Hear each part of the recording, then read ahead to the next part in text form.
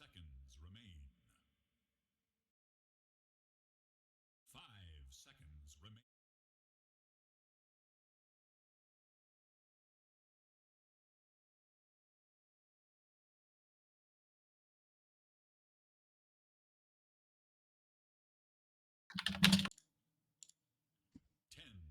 Ladies and gentlemen, woohoo, woohoo, woohoo. This is an all Bomos alert. All Bomos alert. We have the final game of Division 4 take place between Bornemona and Team Sosal, the two lowest ranked teams in the tournament, both seeking out their first series win. And to bring us through it, Taylor Dota, how we feeling? Are we feeling Bomo-y today? A bit frisky, a bit fruity Bomo-y? I'm always feeling Bomo-y, as you have put it. Yes, I wake up by Bomo, I go to sleep by Bomo, I dream Bomo. Pretty kind of hype matchup though, in a way, because these teams did play before, and it was a 1-1. Bomo got their first win, but it was a 4v5, so not exactly the most legitimate win in the world, sadly. But hopefully they can do it again here, 5v5. That's kind of what the Bomos at home are hoping for, I would imagine. It's interesting to see as well, though, because Bornemona definitely have improved significantly as the season has gone on, particularly for their mid laner Telefish Aaron. I've seen him not play Tide mid and do considerably better. So I'm interested to see if they can pull out some new strats here. Interested to see if they actually ban out the Viper. I would actually love to see Bobo just pick that for themselves, right? Where the pick what, sorry? Or like The just like first? Viper. I feel like, yeah, free right click hero, free win. Yeah, I mean this hero is insane right now, to be honest. I mean, you're saying about the Television Ireland and the Tidehunter. I kind of fuck with it. I wanted to see him play more. Really, I like.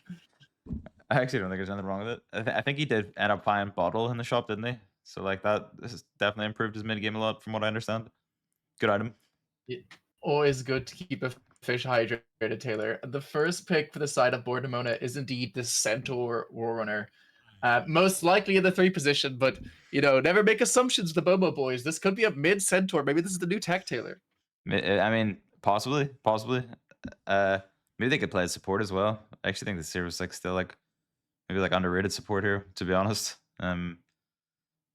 Most likely Pulse 3 though. I don't remember. I feel like Greco did play before. I can't remember exactly though. Yeah, we definitely saw Greco played in one of our previous series that we cast together, so wouldn't be surprised to see him pick it up here. On the side of Sosal, they pick up as their first hero the Lich. Now, Lich, particularly in lower MMR lobbies, I feel is a really strong hero purely because it can gank without the help of a friend. If it moves through the jungle at about minute 10 to 15 with level 6, it can start hammering down any core that is solo farming. So it'll be interesting to see if he plays that style of Lich or if he does the style of Lich where he just kind of stands behind his team. Yeah, I don't. The thing is, I think like if I see Lich, I want to be Centaur. Like I want to pick it into it, right? Because I feel like it's like so easy to disengage from the ult, the Lich ult with the Centaur ult, and you're like a natural pipe buyer as well, which means like in general, and he doesn't really, to be honest, he doesn't really do too much to you in lane as well. But I guess it's carry dependent, but. Yeah, I don't know. I much prefer, even though we've only seen one pick right now, so the Centaur is really good in the Lich, which is good. They banned the Yeah, Bristle most back. definitely. The Bristle gets banned out here. Do you think the Lich pick is perhaps showing their cards somewhat in that they're likely to pick something that's going to be grouping up with it later? Be that something like a Pause 1 Faceless Void, maybe something like a Tidehunter. I mean, when you see that Centaur and you have this issue, immediate thoughts are Mars, but it's banned, Axe, but it's banned. So it kind of just leaves you with a few heroes that have that hard lockdown that go through Centaur ult. Yeah, I don't even know if they're thinking about it that much with the Lich pick, because it's first pick. It might Yeah. just be it literally might just be like Miposhka, their pulse 5 likes to play it. Like it's like a comfort hero. That's what I would imagine anyway. Plus QI do damage. What else do you have to do? That's all he's saying right now, and that's all he Yeah. needs to say. But he needs to be careful because Bomos, they ban out the Necrophos. They seem to be banning like every single hero that does really well in Lomar pubs, which I really like. So we see the Viper ban, the Bristle ban, the Pudge ban, the Necro ban. These are all heroes that are very kind of item dependent to counter. And I feel like partially their strategy here is just they've seen these heroes be terrorists in their games, so they're getting rid of them. Yeah, I think it might be something to do with that. And they also picked Bristleback before in the last series, actually, Sosal did. So remembering that, or maybe thinking it's good. The Wraith King, this is a hero. Yeah, I mean, I like it with Lich. It's not one we see much recently. The Bambi special. Maybe there'll be a new contender for best Wraith King in Ireland, Taylor? Potentially. MMR Slayer. He could be the new up and coming Bambi replacement, seeing as Bambi's been banned from Dota forever. But that's not important. Tiny, I can't remember where they played this before. Is it a Television Ireland, Tiny? I wonder. Maybe it's a pause 4 on. Who's the pause 4 again? Is it Rez? I think it's Rez. So I've been told they've switched positions a couple of times, but at present, according to my current BOMO knowledge, I believe that it should be Sinful who normally plays the 4. I think Rez plays the 5. He was playing the Crystal Maiden in the previous series we were watching. But I think they are quite fluid, all being very new players. And for anyone just joining us, just to let you know, this is a matchup between our 2 lowest seeded teams in our lowest division. We have 4 divisions in total. The average MR of this game, somewhere around 1.5 to 2K, Taylor, I would think.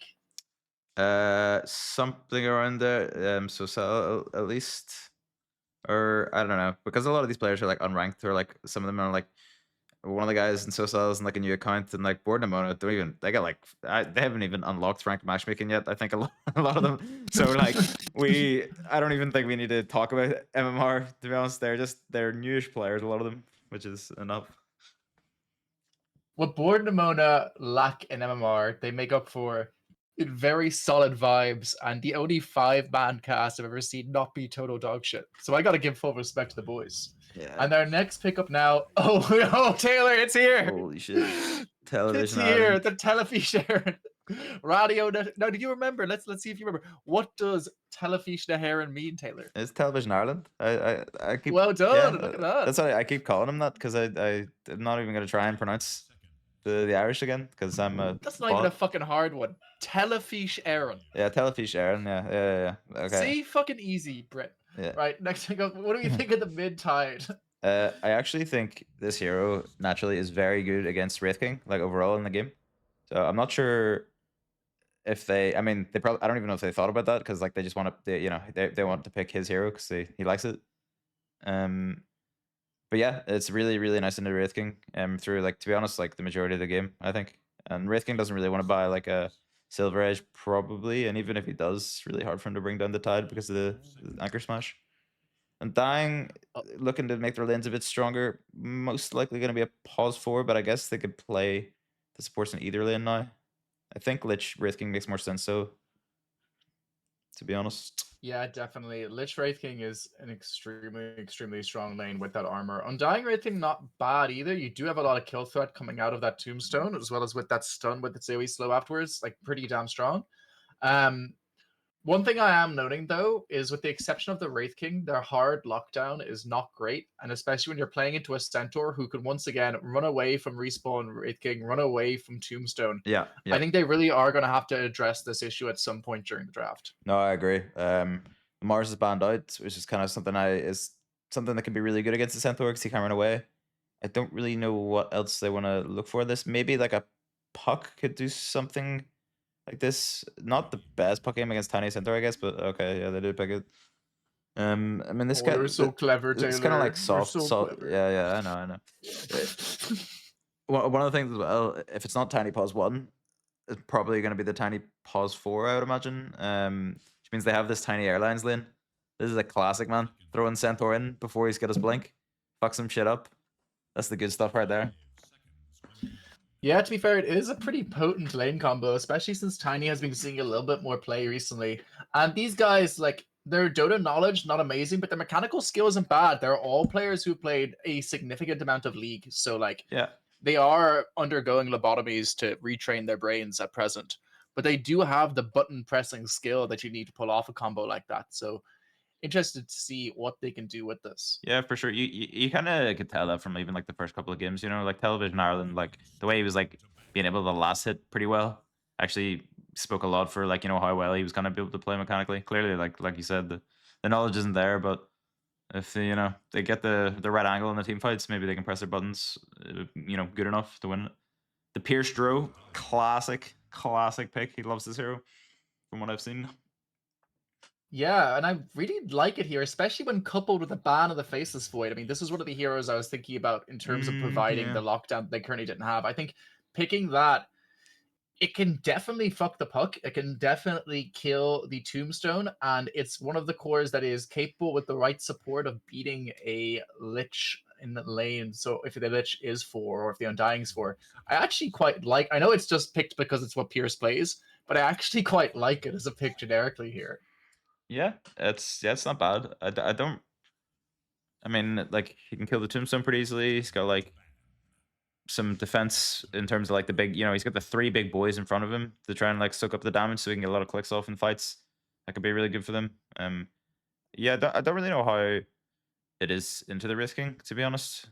I guess because it's like a natural pike buyer as well, it's probably decent against the risking, and if you can get some distance from him when he doesn't have his blink or whatever, like kiting him should be pretty easy. And they have the wyvern. I gotta say, couple quick things to note of that. Quite funny, actually. I think it's the first time ever in Irish Dota history that we've seen a final ban used in a Crystal Maiden. Just shows how much Rez is in their head right now after his performances earlier in the league. I'd say he probably was going to pick it anyway. And the other thing to note, we have over 50,000 channel points right now bet on this game. Like, I don't know if the Russian gambling cartels have come in, but this is a big one. This is going to bankrupt some people. A lot of Sosal voters and a lot of BOMO believers. I'm going to drop an extra 10k myself in there. The final pick of this Winter Wyvern. So Wyvern, once again, a hero that can kill the Tombstone. Okay. Once again, a hero that couples well with their AoE damage. And Phantom Lancer is the answer finally for Sosal. Okay. I think I'm pretty sure they picked this last time as well in the game I lost actually against them, if I'm not mistaken. Obviously it was the 4v5, so it didn't. Or no, did they pick the? Oh no, they didn't even. Sorry, they drew last time.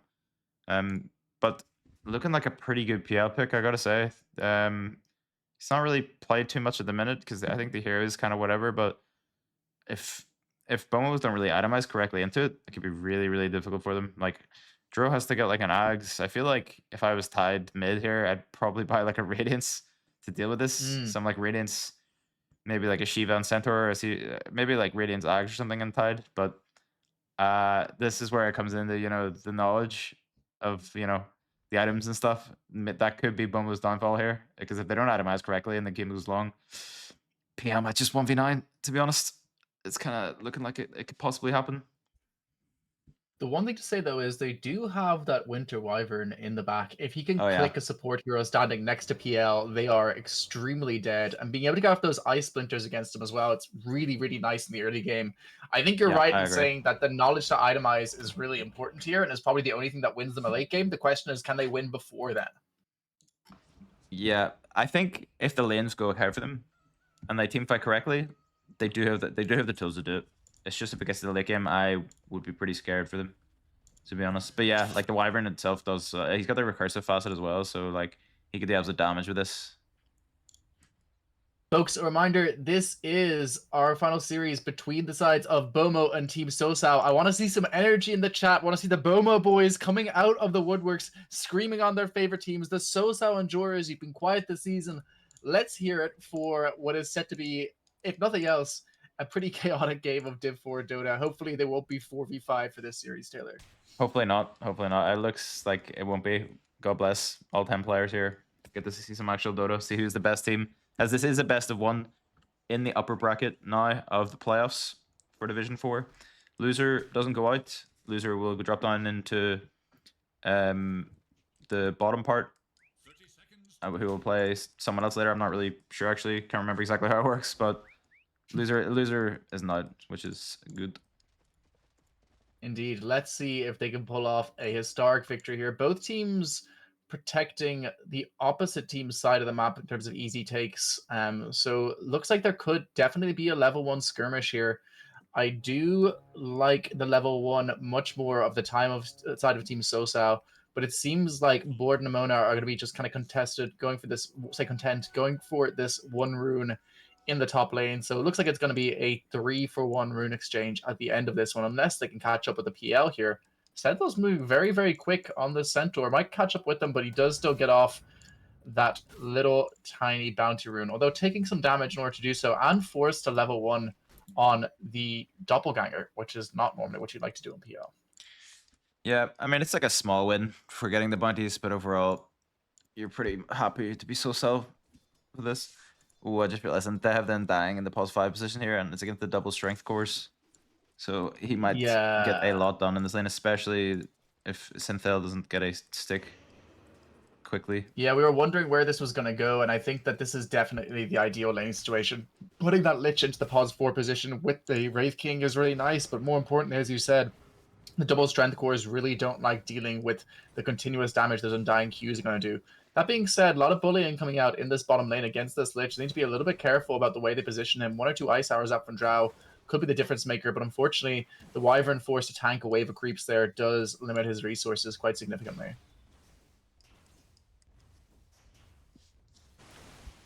I feel like this lane will want to take a- probably be a bit sleeper for the most part. I don't think anyone is going to kill the other one unless someone really fucks up.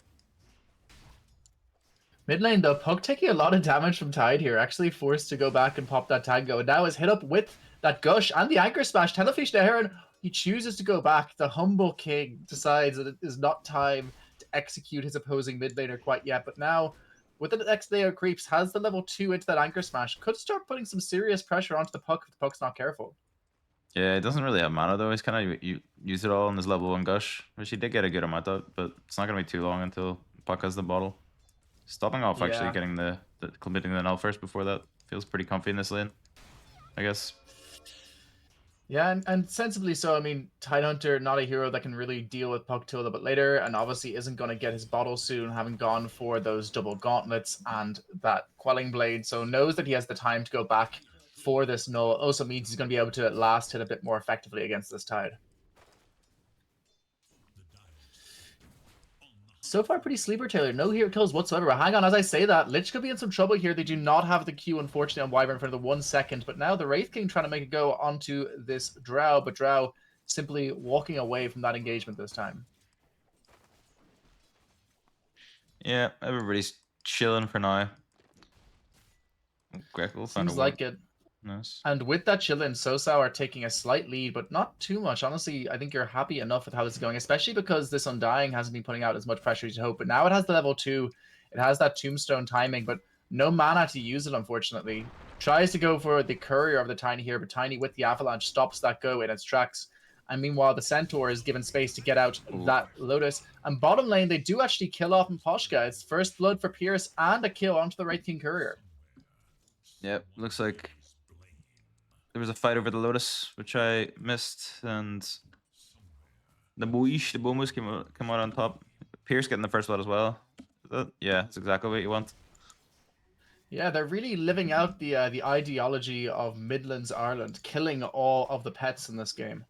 Famously, Midlands Ireland, they love killing dogs and stealing dogs as well. Oh, yeah? It's their 2 favorite things to do. Yeah. PK apparently steals dogs, according to Oshin's dad. Attempted use of the Tombstone here, but the Centaur simply just walks away, so it ends up being quite ineffectual in the end. Yeah, pretty rough for Blimo and then Dang here, actually, because I think it's the same time earlier in the game earlier I was saying, like, I think the timing is like, you know, the Blood Grenade and the Tombstone and Dang. And to be honest, if they played it correctly, because they have the slow as well from the Spirit Lance, like, potentially they could have got really aggressive there. But Attempt to go here from the Puck. The Tide actually walks away from that one. I feel like if he turns and just right-clicks the Puck, he might actually die there with an Anchor Smash. Yeah, I mean, it would have been close. I don't think Puck actually would have died, but ends up surviving it though, so this mid lane is starting to favor this Puck quite significantly. The Phantom Lance are also off to a good start. Pretty even, all things considered, though. None of the lanes going disastrously for either team so far. yeah, pretty even across the board. There's just like a slight pull ahead from Team Sosal. Maybe just a little bit better at CSing, by the looks of things. Most certainly, but we're going to get the 6 up on the mid-tide soon. We're going to start seeing some rotations. It's going to be very, very pog indeed. And the Tidehunter has picked up the Bottle Tailor. Yeah. And the Soul Ring, both of them. Nice, this is good. I like that from him. All this hero needs is mana reach in to farm because of his E, so. He's an experienced Tide player now, he knows what he's doing. Indeed. Bot lane, a lot of pressure being put onto this Lich Wraith King lane. I was honestly expecting this to do a little bit more than what it is, but a really good job so far from Rez of being able to stop any sort of moves that the side of Sosal want to play here. Good play there also from the Wraith King just to move those creeps away from that tower, secure himself a pretty free lane of farm. He is going for the phase boots. I'm interested to see if he goes from that into the Radiance or if he chooses to go into the Armlet this game. Yeah, I kind of would like to see the Radiance. I feel like he should have enough time this game. Like, I don't think they're going to be too pressured that much. So, which is going to look really good for Sosal, to be honest. Like, because all three of their cores are having a good lane, like, they are just going to have this, like try carry almost. Puck less so, but yeah, I mean, it depends on what he builds in Wraith King, though, I guess. He could go for more active items, like maybe the Armlet, you know, maybe like some Blade Mail could be good this game. Even like a Blink to be active early. He's got a lot of options.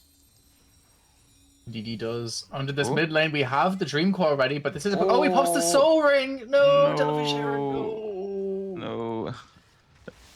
It reduces your health, Television Ireland. Oh, unfortunate from Television Heron there. Popping the Soul Ring right as he breaks that Dream Coil, putting him into a watery grave. Attempted to go though on the Wraith King, but he has that ice armor, so able to walk away quite freely from that one. And with that, the mid lane looking a little toast for our mid-tide hunter.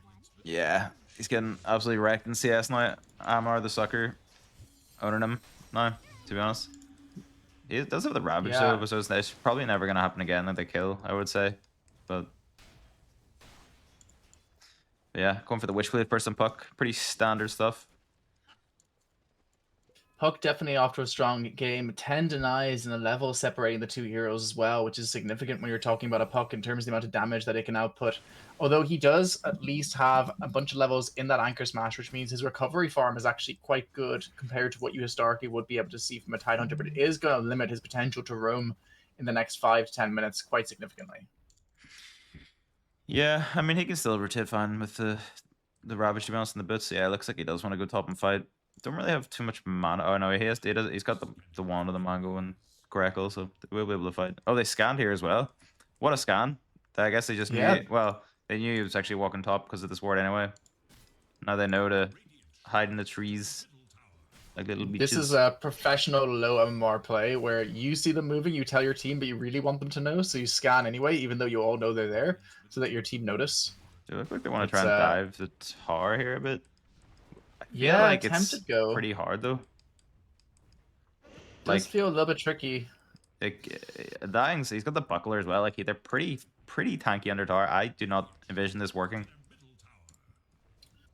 Yeah, and it seems like Television Heron doesn't either, as he just kind of slowly blubbers his way back to lane. He has the boots of speed at least now, so he can get back there a little bit speedier, but so much damage taken on that mid tower in the meantime, and Puck able to score the rune, and the rune is an arcane rune, so the best rune you can hope for in a Puck. Yeah, I mean, I wouldn't say the best. I mean, like, I think he can definitely rotate easier with like a haste or an invis maybe, but he can still use this if he's moving. Oh, and he's getting so much damage in the mid. He's actually gonna get the mid tower here if they don't glyph. Yeah, and it doesn't seem like they want to. Oh, they popped the glyph the last minute, so it's kept alive for now. It isn't deny range. That might be something Television Heron considers, but he pops off that soul ring again, so he's very low HP and walks away from that coil. This time it looks like he might live, though, and the tower is still alive, but he does manage to get burst down. Can they get the follow-up kill from this Tiny? But he gets out on the Puck before the Tiny can respond. So it's another kill on Television Heron, and unfortunately his Ravage also used. Yeah, just a bit slow there on Greco's TP, to be honest. Like, if he came faster like that with the toss and the Avalanche, like 100%, they get the return kill. We actually levels the tree level 4. I don't like that, but, but whatever.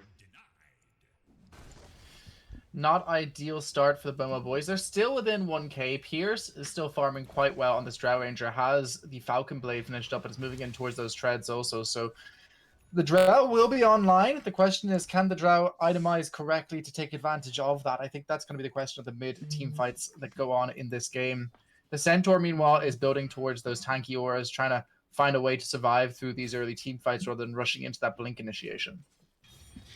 Yeah. Oh, wait, he's holding 1100 gold. Maybe not. I think he... Yeah, no, I think he will go for the Vanguard here, I want to say. Like, the Vanguard against the PL and the Wraith King will just do a lot. Against the zombies as well, you know. Really valuable Crimson Guard game this game. Yeah, and he picks up the Vanguard. Yeah, I mean, the Crimson will do stacks in this. Like, because Crimson as well is based on the amount of HP you have. Like Centaur is one of the best heroes to have it because it just scales and gets better and better as the game goes on. So it can do a lot of work against the PL and the Wraith King. Why didn't it work in your series of the day, Taylor? Tell me. The pegs, why didn't it work? What went wrong? Did I have a Crimson Guard? I don't even know if I bought I don't know. You played Centaur, so I just assumed. Alright, no, I didn't have one. Maybe that's why I lost. Maybe. Go here from the puck. The Dream Coil is there. He tries to wait out the end of that Dream Coil, but the timing is just off. But a really nice use there of the ult coming out from this Wyvern. Unfortunately, they pump all their damage before the ult is done, so a lot of damage mitigated, but still a really good team fight for the side of the Bomos. Can they finish off the puck? They have the follow-up with the Gust as well. They can. It's a 2-for-0. Really good play there from Rez, turning that team fight on its head. Yeah, what a curse. What a curse. Really good. I don't think they're aware that you can't do damage during curse if you're the other heroes, because they did a lot of spells in, but yeah, it's aware. It still works. You know, same outcome. Doesn't matter. But if they don't know that, it could fuck them later in the game, you know. Yeah, I saw that multi-shot coming out of the Centaur stuff, and I was like, boys, just give it one more second, and this is cool as fuck, please. But they do get the tower off that as well, so they actually take a net worth advantage off the back of that fight. Yeah, the lanes that are, I mean, they still are looking really good for Sosal, but Outro actually top of the net worth ahead of PL. I did not expect that. PL having pretty much the freest time you could ask for, and Dro still just slightly ahead. I think Pierce, with those 2 kills to his name, is able to just edge that one out. Maybe not farming as efficiently, but being involved in kills, both of which were in his lane, so he didn't have to make any kind of rotation in order to get them. Just kind of delivered at his feet. He's able to take that top net worth stance, and he's now, it looks like, most likely building into that Yasha, one would guess. Oh no, he's going straight for the Hurricane pack instead. Is he? Oh well, maybe just the Dragonlance first anyway. I think it's pretty standard, but yeah, I think I would like him to have both the Pike and the Manta this game. They both give a lot of value, to be honest. Some nice spells to disjoint, the Silence to dispel, and the Pike just keep himself a bit safe against the PL and the Wraith King. Team Sosal are kind of grouping up here. They do have the double damage room ready to pop on the puck whenever they would like to. They're building in towards that Blink Dagger as well right now, so a little bit scary if he does make this rotation. Dream Coil is ready to go. See if the side of Bordamona recognize this. They do put their Tide back mid, trying to pressure in onto that mid tower, trying to put some pressure in, especially with that Wyvern behind him now. But Tide's still very far behind on this puck. He's 1k behind in gold, and he's also, 2 levels behind the puck as well. So he needs to be extremely careful with how he chooses to do this one. Yeah, I think his game is still fine though. Like his net worth isn't horrible, you know. But obviously, bit of a mid diff currently, but he's a Tide mid. He's still gonna do the job if he hits the Ravage, and that's all they need. So it's fine. It's fine. I think it's more important that the other cores on the side of Sosal or the side of Bomos are getting farm. The question is, does the Ravage come out while the curse is active, Taylor? I already that went through my mind, and I feel like it's gonna happen at some point. Feels like an inevitability. Pierce putting a lot of damage out here onto the Wraith King, but the Wraith King is able to walk away from that one. It's true, actually, the Wraith King, suffering significantly more than one would expect at this point, does pick up the Armlet instead of the Radiance now. Yeah, he just wants to play the active role this game, which is pretty fair enough. Oh, I think they want to go on to the Centaur. Is this going to be hard? Yeah, he does pop his ulti before the puck arrives in, so the puck isn't there to get off the Dream Coil, but they do have the Diffuse Blade on him, which means they do end up getting it. They have the heals ready. Here comes another big curse. The curse this time is onto the big Undying, and the follow-up as well onto the puck with the Avalanche as well. There goes the toss. Very low HP. Down he goes. The stomp from Synthel is so Lord, good. Rez. Incredible plays here for the Bomo boys. Really good team fights, both off the back of really good curses. But guys, Lich is gonna fuck them up. Walk into this. Lich's ult, they have a tombstone there, but the ult bounces to the creeps. So unlucky, Miposhka. The Bomo luck is too good, and it seems like they are going to take out this Tiny, but they have to rotate the entire team in order to do so, and Bomo definitely more than happy with that fight. So unlucky on Lich. Yeah, he just did that exactly as he should have, but unfortunate that it bounces to the small camp and kills that instead. Getting the Tiny kill though is still pretty good. Indeed, and Ravage comes out from the Tidehunter. It does land onto the Lich. The Lich looks like he's in trouble. Out comes the tip for the PL, but he gets the kill. He says, tip me all you want, baby. I just wanted a kill. And Television the Heron getting that. Follow up with the toss as well. The toss, Tidehunter, as well as this Tiny. They pick up another kill, this time onto Blymo on the Undying. And the PL, as a consequence, is forced to back straight away from this one. Bomo taking a 2k net worth lead off the back of 2 very successful team fights. And their Winter's Curse is only 20 seconds off being back up. And they've caught out the PL potentially here. They do have the little bit of the Cold Embrace to stop him from being gone on this Wyvern. But they need to be careful. This next fight's going to be another Curse fight. Yeah, the Ravage was a little bit sus, I can't lie. But it ended up being pretty good. Kind of baited in the Undying to come in and try and save his friend, the Lich. Oh, Undying is here. He wants to... Yeah. They want to defend this tower.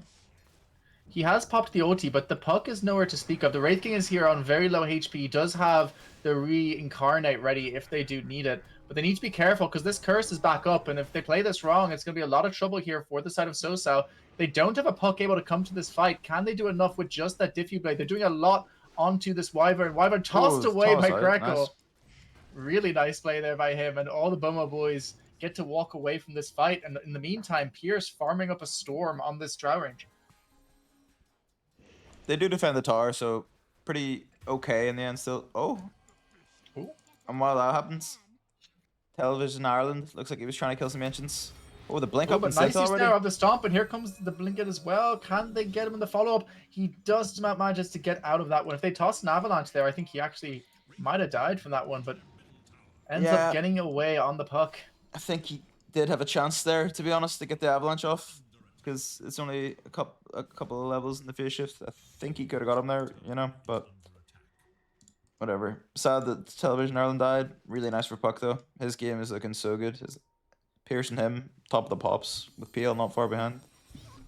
Indeed, and he is getting quite close to that Blink Dagger now, so needs to be a little bit careful here on the side of Bomo when he can start making those rotations of the puck.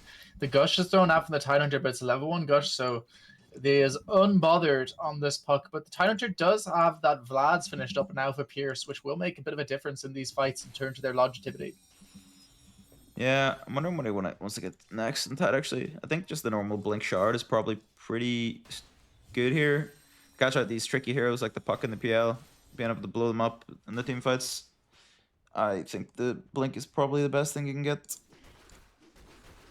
Yeah, especially with how good we've seen Rez land these Winter's Curses so far. I feel like the Blink just gives them that bit of oomph their team fight needs, and it feels like so far that's what they've been winning on, is just coordination and team fight supremacy has been the name of the game for the side of Bomo so far. So gonna see if they can sort of bring that forwards into this early mid game. That being said, someone that has not been shown for quite some time, who is still farming away, is the Drow. She's getting quite big, and they're starting to group around her bottom. They might be looking to make a play soon. Invisrim popped on the Puck. Amar the Sucker, he wants to take down the Centaur, but Centaur is just amazing game sense or something. I don't really know. Actually, no. Did he pop it under this? He must have popped it under this Observer. That's why he's aware.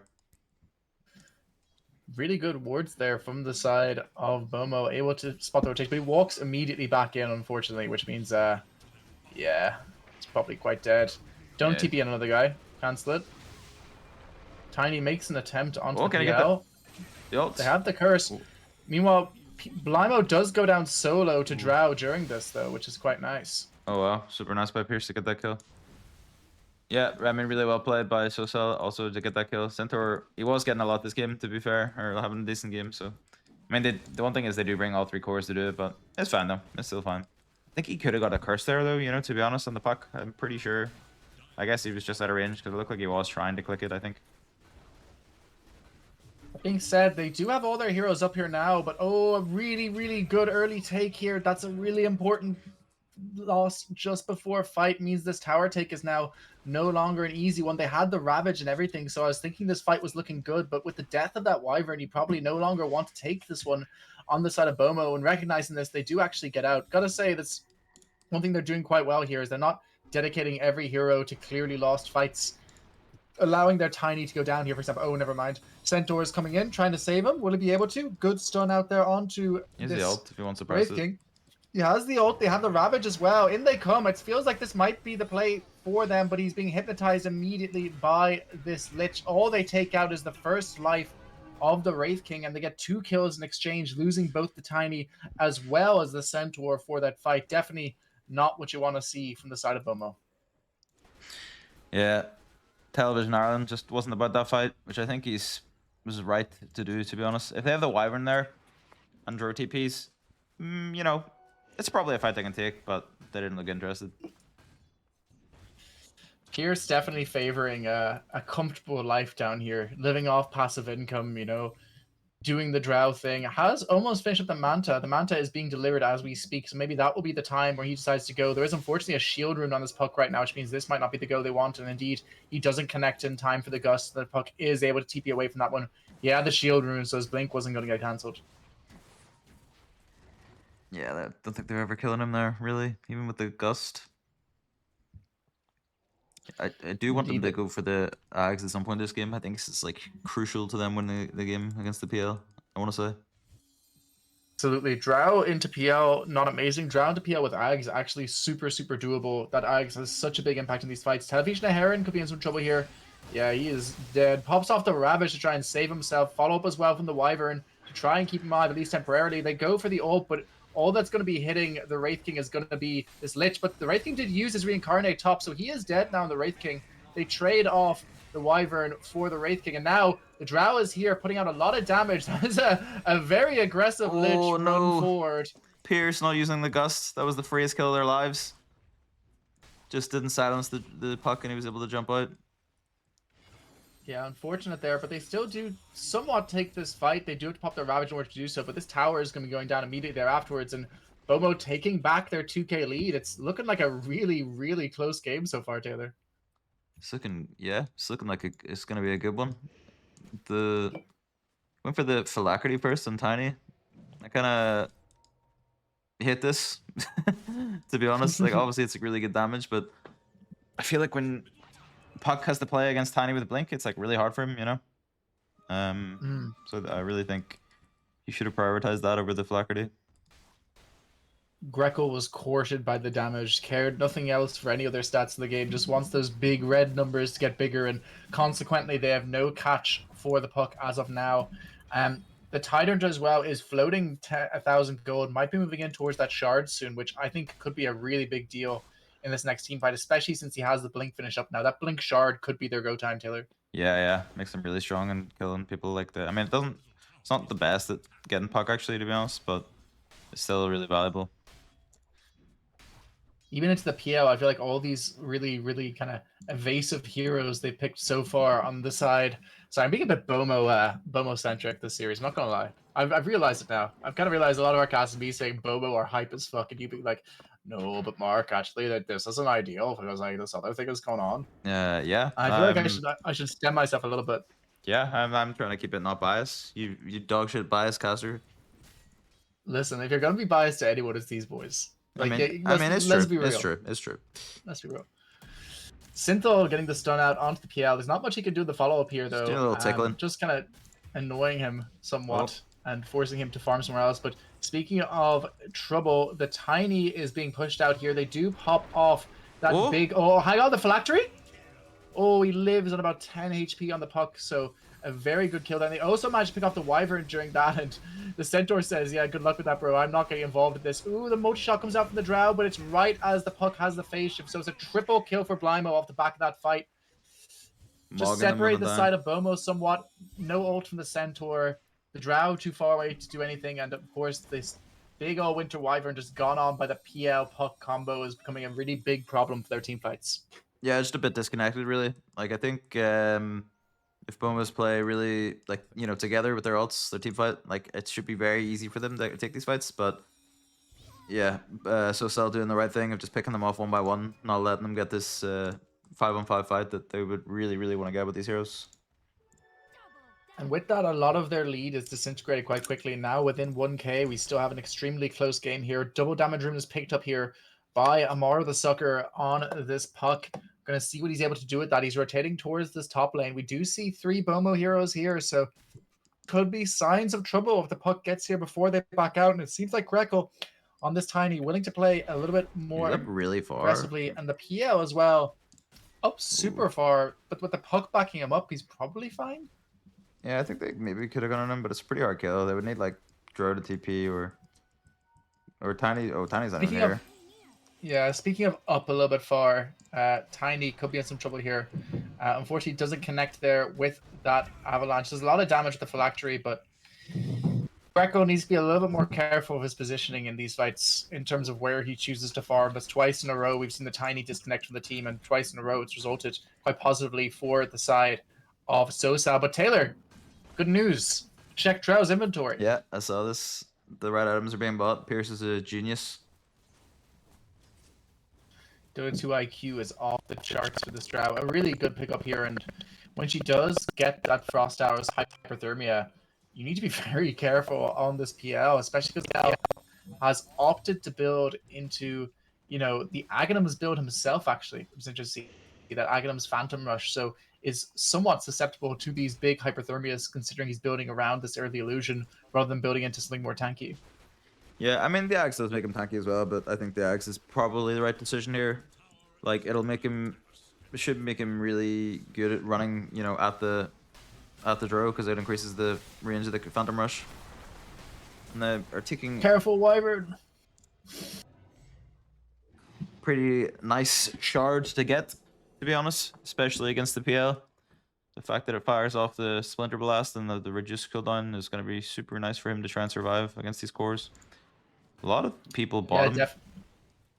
They look like they're going to go on Feels Pierce. like we might have our first big team fight. There's no Centaur to speak of, though. The Centaur is off in another lane. Oh, And the the heal heal from does Rez. come out here from the Wyvern. And the Ravage to follow up immediately there afterwards. They don't pop the curse after the Ravage, Taylor. They might know.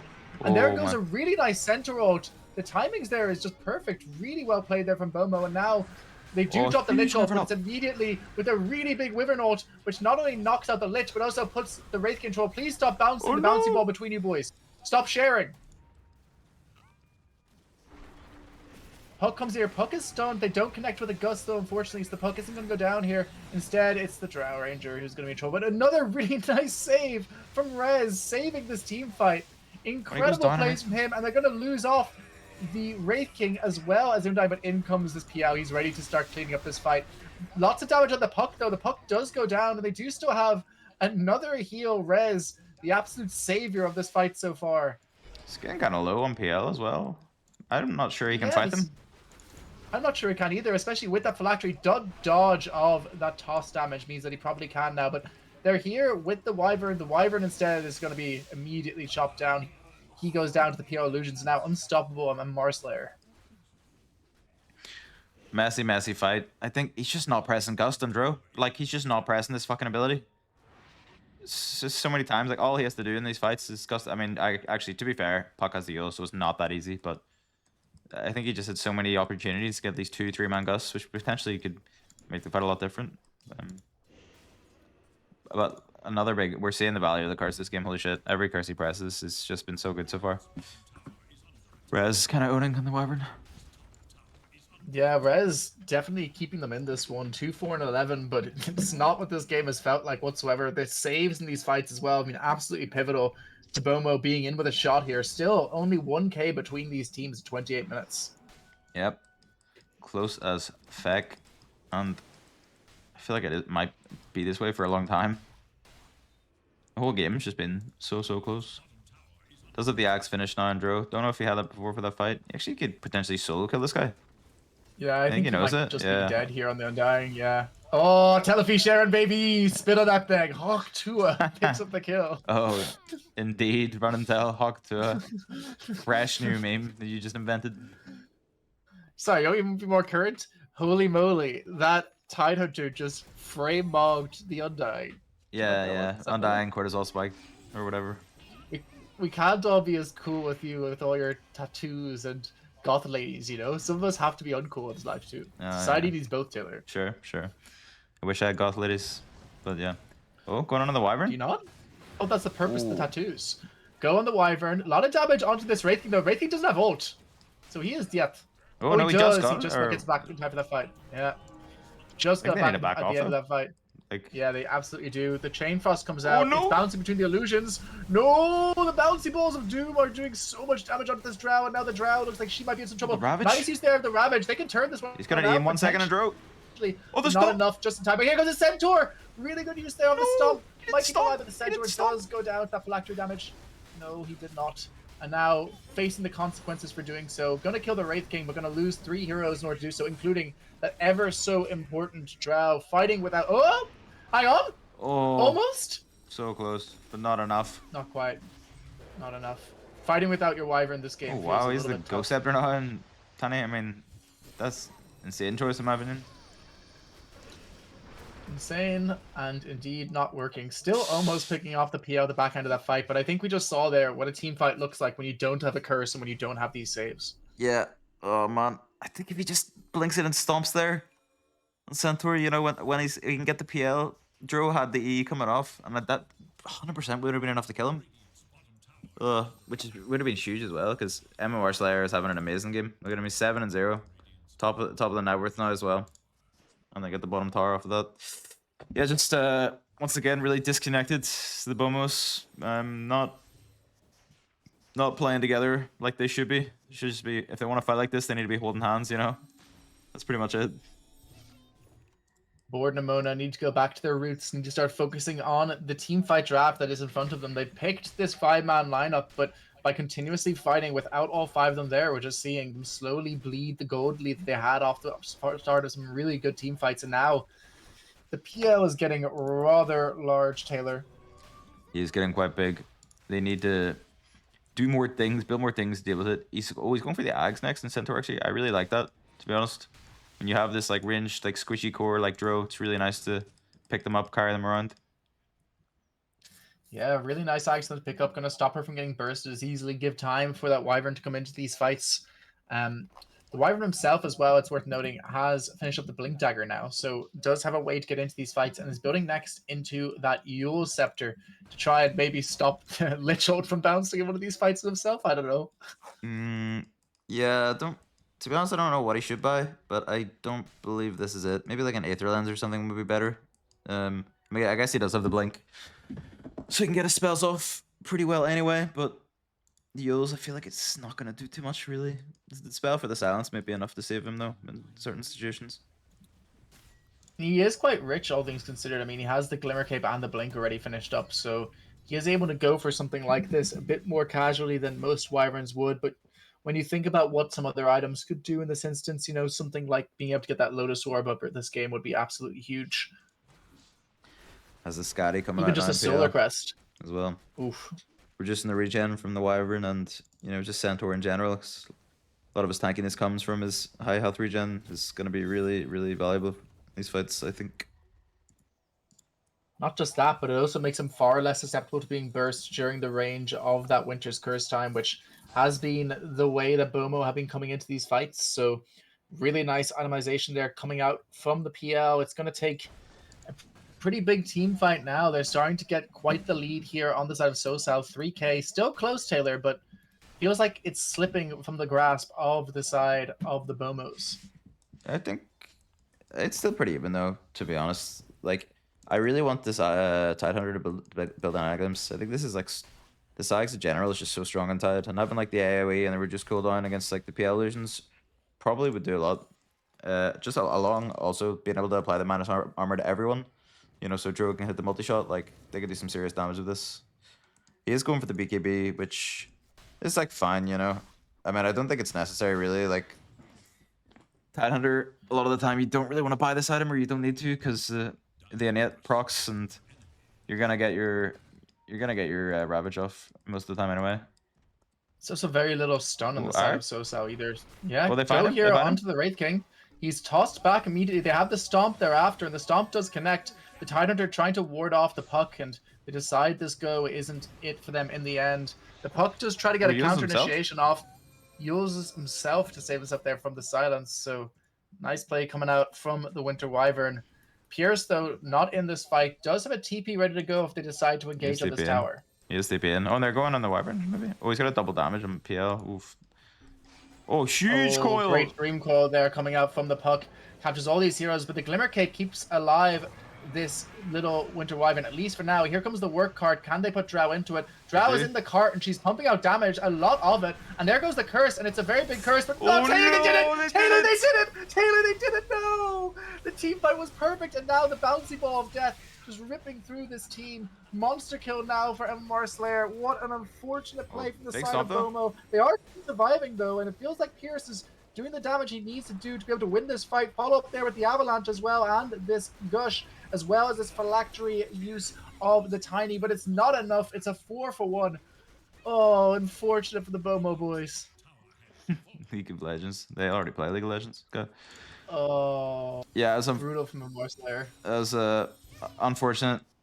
We prophesized the Ravage over the Wyvern ult, and we've seen it in front of our eyes. Yeah, I mean, honestly, yeah, I mean, if they chain their spells correctly there, it can be a lot different. Just a bit of a slip up there. Maybe not understanding, like we said, the damage. But yeah. Yeah. Really unfortunate, and they also use the multi-shot as well when he does pop that Wyvern ult, so they just don't have any damage to put into the ultimate immediately there afterwards, and consequently they just dealt with all these issues. They pop off the heal onto the Tide here, but there's so many illusions around him. He is going to have that double Splinter Blast to clear them. The Dream Coil comes out in a solo Tide here, and Tide quite tanky. Should be fine with that Glimmer Cape, but breaks the coil. Unluck, I think, yeah, he's has, because he has low cooldown, no cold embrace. I think he had it coming up again. Probably could have saved him if he didn't sprint in the opposite direction and break the coil, but and they're gonna get Roos off of this, it seems. Yeah, suddenly a 3k net worth lead becomes 11k as this game is now looking pretty damn hard for the side of the Bomos, Taylor. Yeah, this PL, it just, like, I mean, they haven't even got a kill on him yet, 9-0, and now, oof, I have no idea how they bring him down twice. They're just gonna have to hope and pray for a legendary, if you don't mind me saying, the Juden's high ground throw. Because right now, I don't know what else they can do. Worse teams have been known to do worse, so you never know. You never know. It's true. That being said, the PL is building into the Butterfly now as well, and almost has that finished up. But with the Butterfly and the Aegis, I don't know if even Junes could throw this one. Yeah. Yep, it's true. As long as they go up and hit buildings, don't do whatever that was, the dive. It felt right at the time, Taylor. That's all I can say. Hey, man, That's all I can say. If it felt good, then I can't slabber at that. Gotta do what feels right, man. What if feeling right is like eating a child? Would that still be right? Depends on the child. It's like a really annoying child who cries in airplanes. Yeah, just eat him. Fuck it. Yeah, I think that's probably worthwhile at that point. The Tidehunter BKB, the one thing it will protect him from is at least he's not going to get bouncy balled of death, but he is going to bounce to everyone else. So, I don't know. Feels like a pipe, or as you said, the Agadams would be pretty damn good here instead. Yeah, I mean, if anyone's building a pipe, it'll be Centaur, really. I think he still should hopefully get the Ags. Holy shit, Grekel's got the AC queued up. This guy's... I could not have guessed it. Any of these items. Well, maybe the Phylactery, but... yeah, all the others are pretty surprising. He's recognizing the fact that the only way they win this game is through a really good team fight where nobody has buyback. So he's going to push down the towers real quick with his big AC. Look how fast Arik takes buildings as well now. He's got the Deso and the AC built.